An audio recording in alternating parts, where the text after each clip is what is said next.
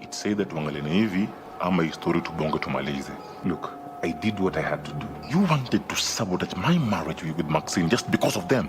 Mzee alikuwa kitaka kupanga mkutano ndio atupange.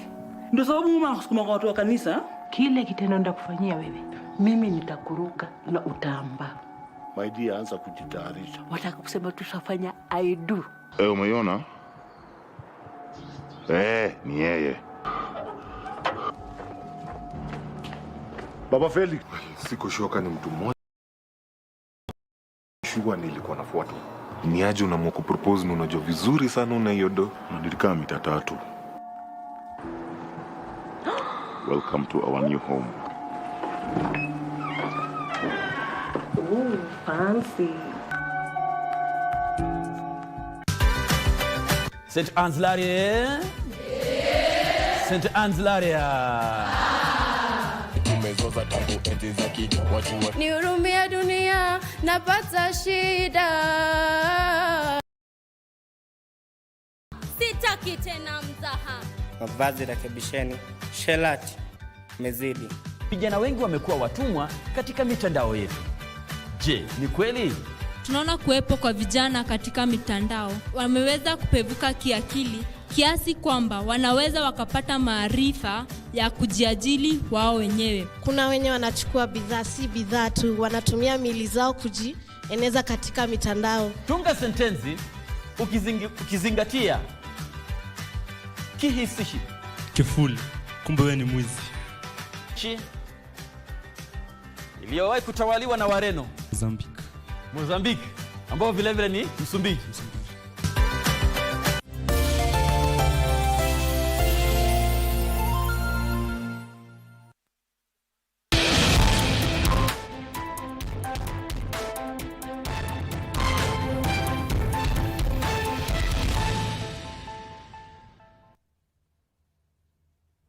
Welcome back, and we do apologize for that technical glitch. Residents of Mihango Ward in Nairobi County are crying foul following the poor state of Kigwathi Road that connects Kayole and Eastern Bypass. They say the road has been in a bad state for the last 20 years, while companies contracted to rehabilitate it have been doing a shoddy work. The residents want the national government to intervene, claiming local members of the county assembly and the Nairobi County government have neglected the said road.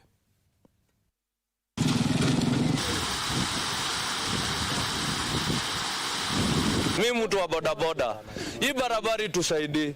Juu every week unaenda garage kufanya service kwa pikipiki. Pesa yenye unafaa usave, unaenda nayo service. Tutalea watoto ama tutaenda service. Maji inatoka huko kwa kiwanja jeshi, kwa kuna drainage mzuri kwa hii barabara, inaingia kwa manyumba. Manyumba zilibomolewa na maji hapa. Tafadhali Babu Owino. Hii barabara ni barabara kuu. Ni Babu Owino na Sakaja. Hapa Kados, tafadhali muangalie barabara. Mimi nilikuja hapa the year 2014. Na hii the year 2014 hii barabara bado ilikuwa inaundwa. Na hii barabara imeundwa miaka mingi zaidi. Nimesomea hapa Kayole. Barabara bado imekuwa ikitengenezwa. Mpaka sasa hivi tumepata watoto, bado barabara inatengenezwa. Kwani tunashindwa huyu contractor? Ni kazi gani anafanyaga hapa? Hivyo ndio venye wanataka. Ikifika election watakuja hapa watudanganye hapa. Na wakishawaeka hivyo wanaenda wanapotea. Wanatuacha hapa tukiwa tuna swim hapa.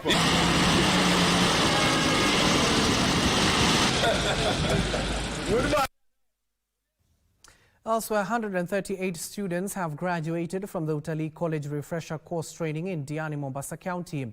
The graduates from different hotels in the South Coast region were equipped with more skills in the hospitality sector. Speakers encouraged more youth to venture and enroll in the sector, with the tourism growing tremendously. The country is expecting over 5 million visitors this season. The graduates were challenged to put into practice the new skills they have acquired to boost service delivery in the hospitality industry. Of the Leonard Ngara Mombasa Utalii College, a project that was started 10 years ago. Wamaliza Ronald Gala Utalii College. ndio tuweze kuleta haya masomo hapa pwani, kwa sababu pwani ndio nguzo ya utalii Kenya. Kama vile tunajua Diani imeshapigiwa kura kuwa ndio beach bora kabisa katika bara Afrika, na hii mafunzo ambayo wanapata itaweza kuhakikisha ya kwamba huo ubora unazidi kuonekana kupitia kwa zile huduma. Tukifundisha watu ambao wanaenda kufanya kazi kwa mahoteli, tutaweza kupata hekima na elimu mzuri, ili wageni wetu wanapokuja tuweze kuwahudumia vile inatakikana. And when they go back to the industry, they'll be able to serve the institutions better and well. We also take this opportunity to thank the institutions that have brought all their workers, their personnel to this training.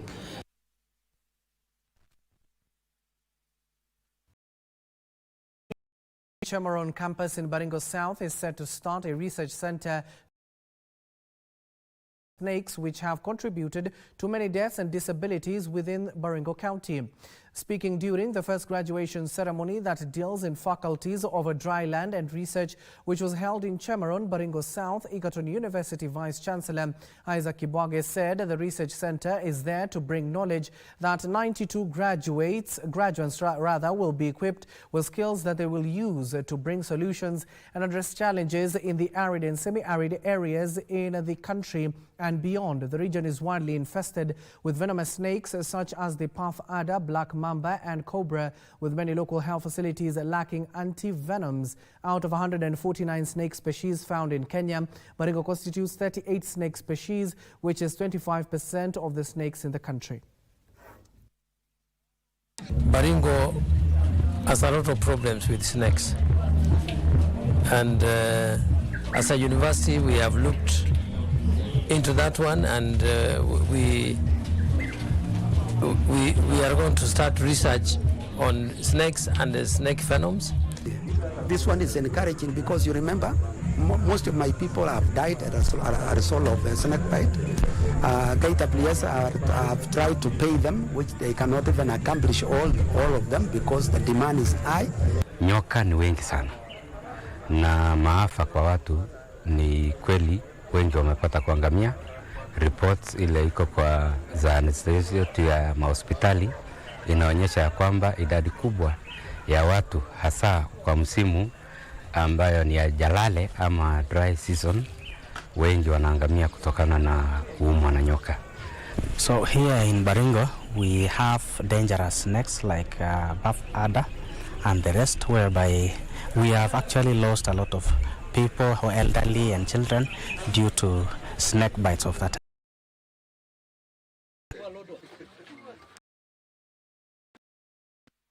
Now to other devolved units, a Thika court has ordered the Lesedi Developers Limited CEO Geoffrey Kiragu not to be rearrested within the court precincts following fears that there were plans to arrest him again.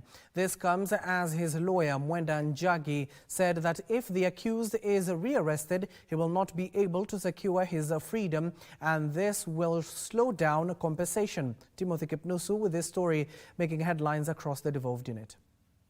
Kiragu presented himself before Thika locals after being summoned, said that there was a time he had been rearrested while availing himself to sign official documents at the court, and he has been living in fear, adding that this limits him from settling the dispute. Let the accused person attend court at the next court appearance for mention for status/progress report. Elsewhere, universities have been urged to take the lead in driving national transformation through education by championing climate action initiatives. This call was made by the CEO of the Commission for Higher Education, Professor Mike Kuria, during a tree planting exercise held at ZTech University's Mihango campus. We see this as a cooperative effort.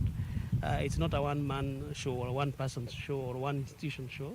So we work together with other government agencies. There's a global concern about warming. And global warming and weather change is fundamental for all our survival. Kirinyaga County residents have been asked to collect their national identity card in the nearest national administration offices and Huduma Center in Kirugoya town.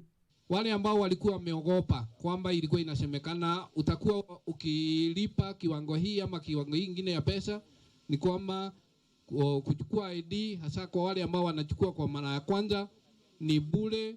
In the meantime, the health sector in Kilifi County has received a major boost for screening neglected tropical diseases worth 13 million shillings to help in improving the quality and speed of diagnosis. We have a program on the control of these neglected tropical diseases in the county. And specifically, we are working to see how do we integrate the control of neglected tropical diseases into primary health care. Kama mlivyoambiwa na daktari, kuhakikisha kwamba hospitali zetu zote za county, at least kila eneo, kila ward iwe inaweza kuwa na vifaa vya kutathmini magonjwa ambayo yamesaulika. Finally, the National Assembly Committee on Administration and National Security, chaired by Larry MP Mburu Kahangara, has assured Migori residents that the stalled Migori headquarters building will be completed to serve the public. For us as a committee, after doing our report, from next week we are actually dealing now with the budget for 2025-2026, and this will be one of the projects that we are going to recommend to put money so that they can be able to have it completed. It may be done in phases. Now, experts are warning that unless urgent action is taken,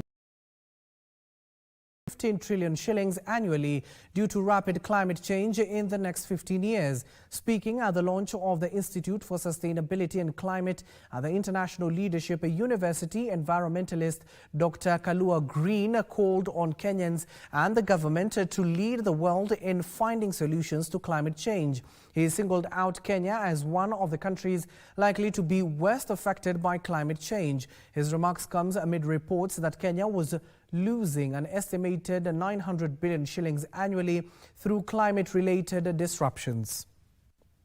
If over the next 15 years nothing is done and nothing changes, we are looking at a loss of 15 trillion Kenya shillings.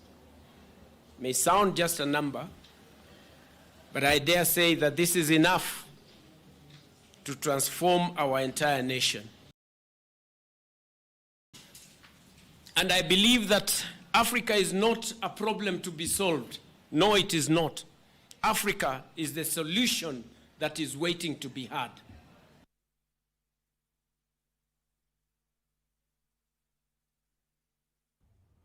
A section of Seventh-day Adventist Church faithfuls in Kisii County are raising serious concerns over the management of a key community health facility. In Bomachoge, Borabu, discontent has reached a boiling point as demonstrators marched from the embattled Roikindo Health Center to the Southeast Kenya Field Headquarters in Omobera, calling for immediate leadership reforms. The faithfuls are petitioning SECEF President, that is Pastor James Onbadu, to step in, alleging that the once vital facility has been left in despair and plagued by mismanagement.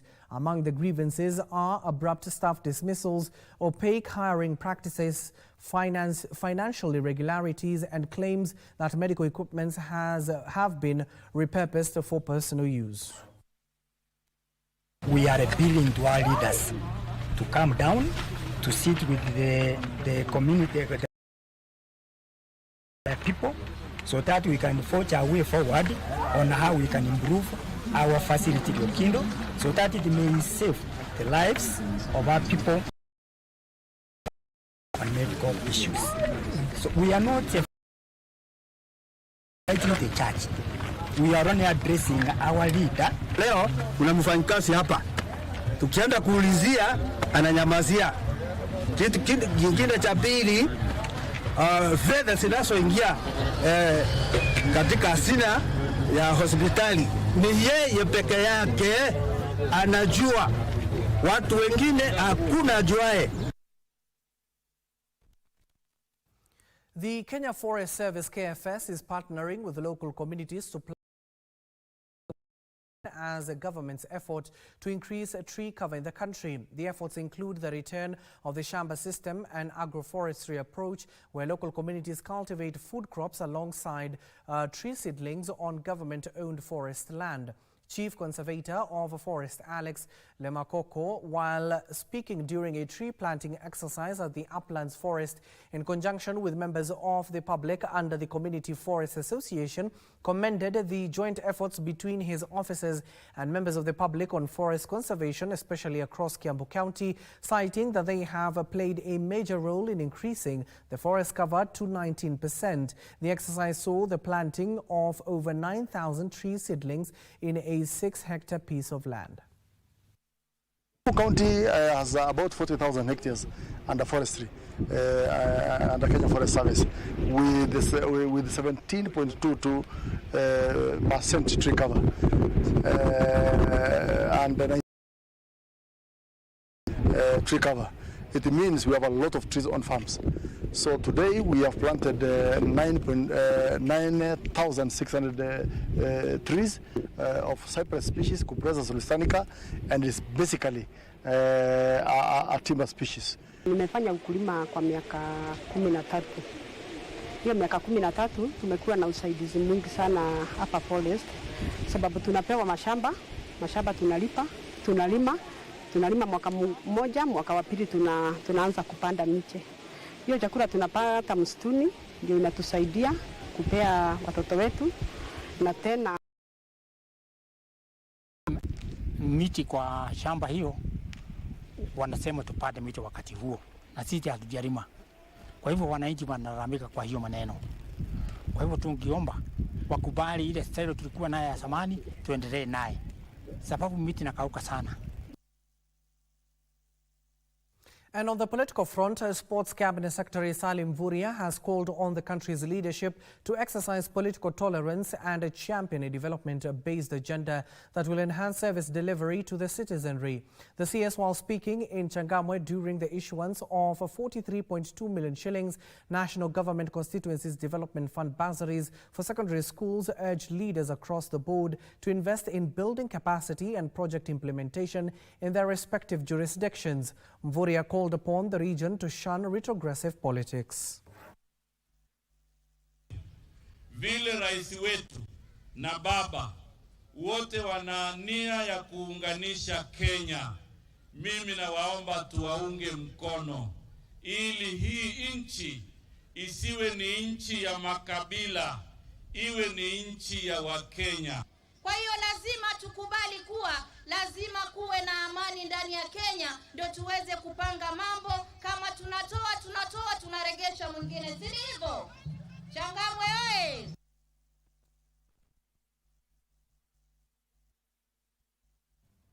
Kakamega Senator Dr. Boni Khalwale now wants development projects equally distributed in all counties to reflect what was envisioned in the formation of the broad-based government. Speaking in Kakamega, Khalwale called for completion of stalled projects in the region, among them road construction projects and the renovation of the Kakamega Airport. I tell you, Bishop, for the truth, right now, broad-based government, wakati President Ruto aliweka sahihi na hii serikali mpya, Khalwale hakuwako, Mudavadi hawakumuita, Oparanya hawakumuita. Let's come back here to the capital, where Dagoretti South, a member of parliament, John Kiarie, has defended the domiciling of the National Government Constituency Development Fund, NG-CDF. The fund has empowered Kenyans and improved infrastructure at the grassroots. Kiarie says the current agitation to overhaul the fund and direct the funds to county government is ill-timed and an attempt to sabotage development. The lawmaker says vulnerable children are the largest beneficiaries of the fund through the issuance of bursaries.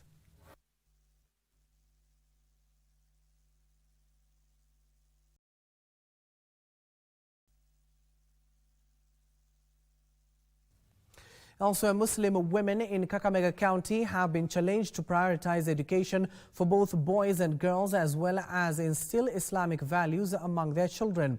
This was the clarion call during a Quran recitation competition held at Jamia Mosque in Kakamega County. The leader of Muslim women in the county, Mariam Wandati, emphasized the critical role women play as the foundation of society and the first teachers within the family setup.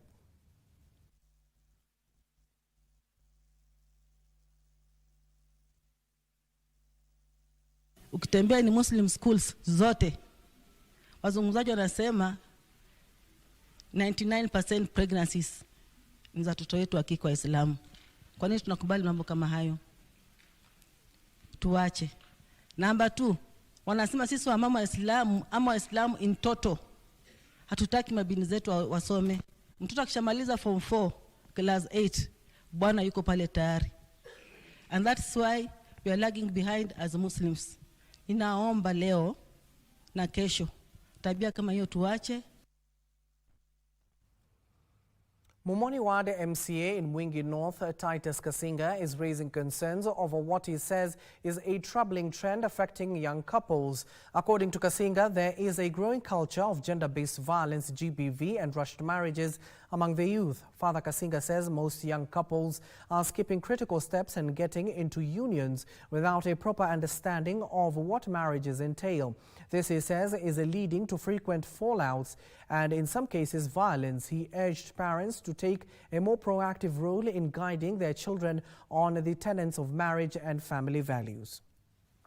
Ndoa ambazo zimekuwa zikifanyika kwa mipango ambayo ni kama ya haraka ama kuchukuana ama kwa ile pia inaanza na makamu stay kama vile Waingereza wanasema, zimekuwa ndoa kama hizo zikifanyika kwa njia ya haraka. Na wito wangu ambao ninatoa ni kulingana ama ni kupitia kwa kuelewa vyema kwamba pasipokuwa na misingi, pasipokuwa na proper counseling, pasipokuwa na mipango ambaye imedhibitika katika mambo ya kutayarisha wanaoana, ndoa hizo haziwezi zikadumu. Na ndipo kwa sababu tunaona kunakuwa na ile tunaita gender-based violence. A group of clergy in Busia County is calling on the government to show mercy to inmates serving time for petty offences. The religious leaders under the banner of Beyond Boundaries Ministries International visited a Busia prison where they not only worshipped with the inmates but also made a passionate plea for reform and reintegration. The clergy urged authorities to conduct a thorough review of cases, particularly for those inmates who have shown a genuine transformation through rehabilitation programs and skill-building initiatives. They believe that such individuals, once released, can become vital contributors to the national development. Wakuja warekebishwe katika jamii na kanisa inatenda kazi hii katika kuboresha maisha ya watu. Hao vijana ambao wako huko ndani wanatuma ujumbe kwa the community, kwa sisi ambao tuko huku nje, kwamba wamerekebishika na wanarekebishika.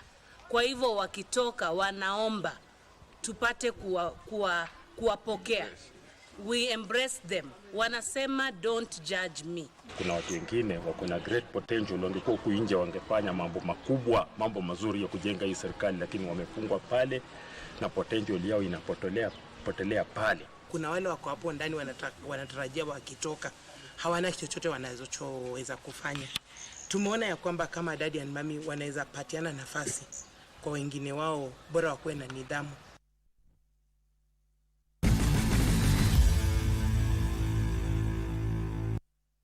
Now let's update you on what is happening in the world of sports. Harriet Kaguru was crowned champion of the Kenya Education Fund Charity Golf Day held at on the pitch. She proved to be more accurate than Charles Innocent and Florence Kamau, who topped the men and women tables respectively. Harriet Kaguru managed a score of 42 points to win the Kenya Education Fund Charity Golf Day held at the Karen Country Club. She topped the overall standings after beating Charles Innocent, who won the Best Man's Prize, with also a score of 42 points. Florence Kamau beat the rest of the field in the ladies category to walk home with the ladies winner trophy with a first and second 9 were competitive and challenging, but not for Munene Nyamwea and Derito Ndungu, who won the best first 9 and best second 9 titles with a score of 25 and 22 points. The reason we exist is to be able to support children or students who are not able to transition to high school without financial support. So we identify them as they clear primary school and work with them for the next 5 years, which means we cover the 4 years of high school and the first year of college. Of course, now it's going to be 3 years of high school and the first year of college. Laban Kithuku and Helen Chepkwony were the best players in the longest drive for man and woman categories respectively. We are here to have a round of golf, one, to be able to raise money, but also to create awareness about the kind of work that organizations like ours are doing, and to encourage Kenyans to be able to give through a structured manner. Because when you talk to every Kenyan, we are all giving. We give to our families, we give to our friends, we are in some WhatsApp group or some family group, but we are always giving to relatives or people who are known to us. So we want to appeal and encourage Kenyans and cultivate the culture of giving to organizations like Kenya Education Fund in a very structured manner. William Mugo received the nearest to the pin award, same as Sifra Nyongesa for the ladies category. We already have 620 students in different high schools in Kenya. Of course, we want to be able to keep them in school. But also, our application process is coming up soon in July, and we intend to be able to admit 160 to 200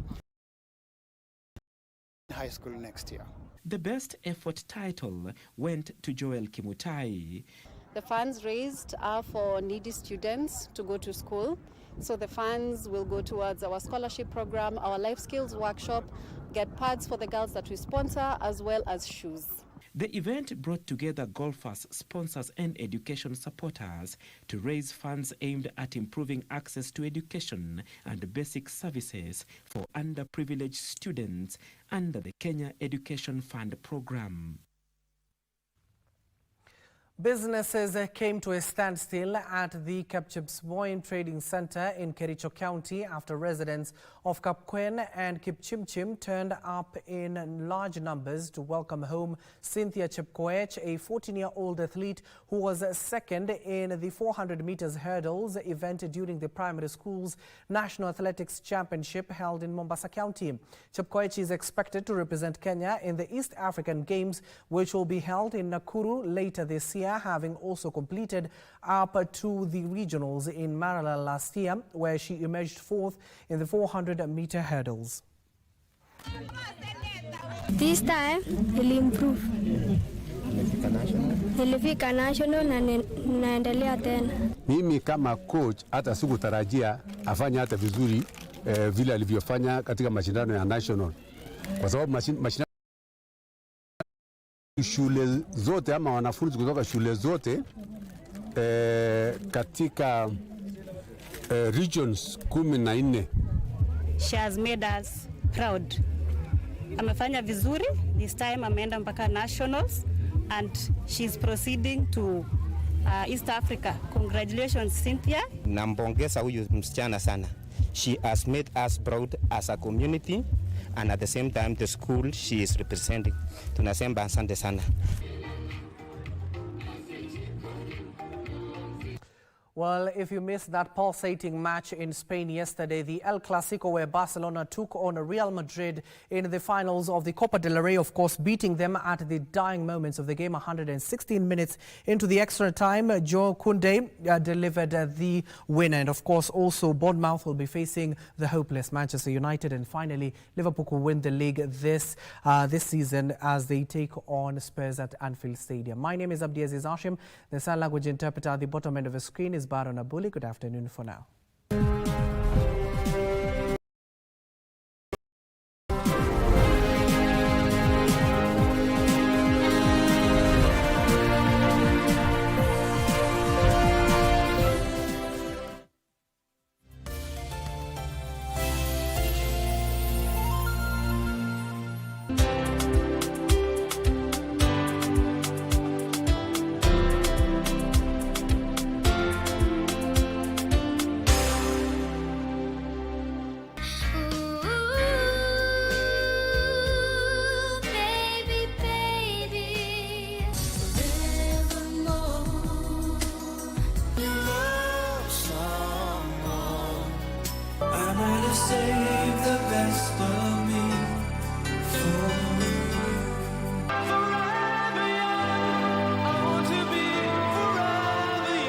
If you're lost, you can look and you will find me. All night long, all night, all night, all night long. And I love you, just keep on. I love you, just keep on. It looks like another love TKO. Can we talk for a minute?